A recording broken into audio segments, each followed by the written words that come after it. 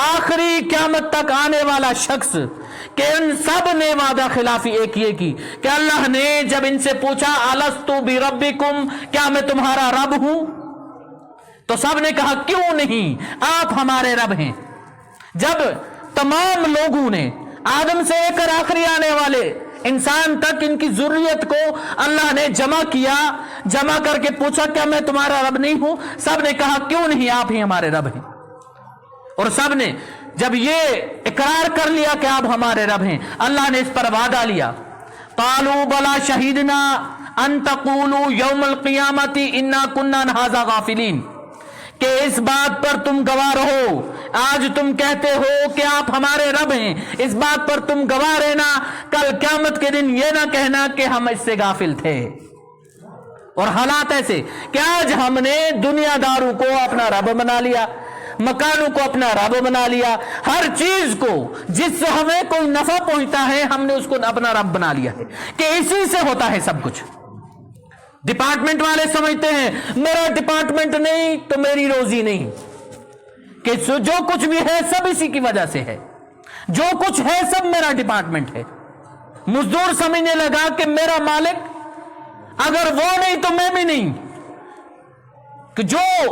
اللہ پر جو یقین ہے کہ اللہ رازق ہے، اللہ رزاق ہے، رزق دینے والا ہے، جو ایمان ہے جب دلوں سے چلا جائے گا، جب یہ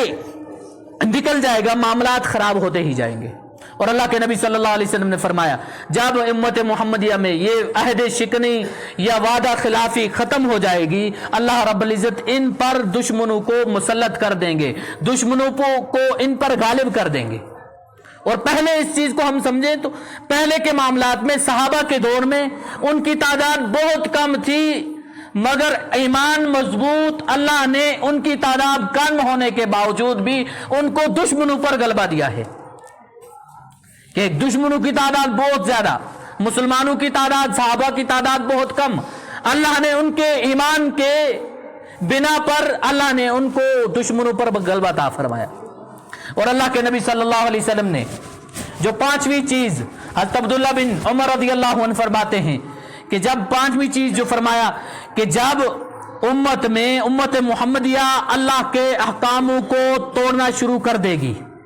اللہ کی نافرمانی کرنی شروع کر دے گی، فرمایا وہ امت اس وقت امت بربادی کی طرف لے جائے گی۔ کہ آج ہمارے حالات کہ ہم اللہ کے احکاموں کو چھوڑ دیا، ہم نے جو اللہ کے احکام تھے، جو ہم پر جو چیزیں فرض تھی ان کو بھی چھوڑنا شروع کر دیا، اور حالات ایسے آ چکے ہیں دن بدن یہ امت بربادی کی طرف جا رہی ہے، اور ہر ممکن کوشش دشمن یہ کر رہے ہیں کسی طریقے سے اس امت کے دلوں سے، ان لوگوں کے دلوں سے ان کا ایمان چھینا جائے۔ اللہ رب العزت ہم سب کو ان تمام کہی ہوئی باتوں پر عمل کرنے کی توفیق نصیب فرمائے، اللہ رب العزت سننے سے زیادہ عمل کی توفیق نصیب فرمائے، اللہ رب العزت ان 5 باتوں پر عمل کرنے کی توفیق نصیب فرمائے۔ وآخر دعوانا ان الحمدللہ رب العالمین۔ صفوں میں جہاں خالی جگہ ہیں وہ پر کرنے۔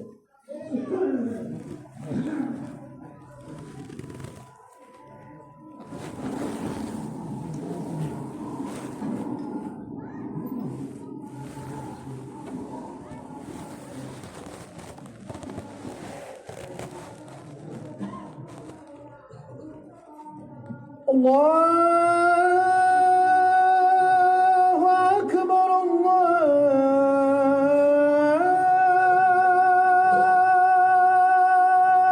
اکبر،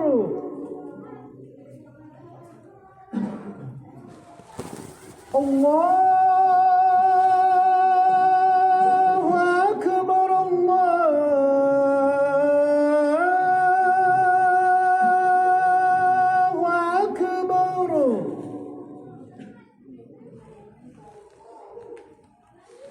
أشهد أن لا إله إلا الله،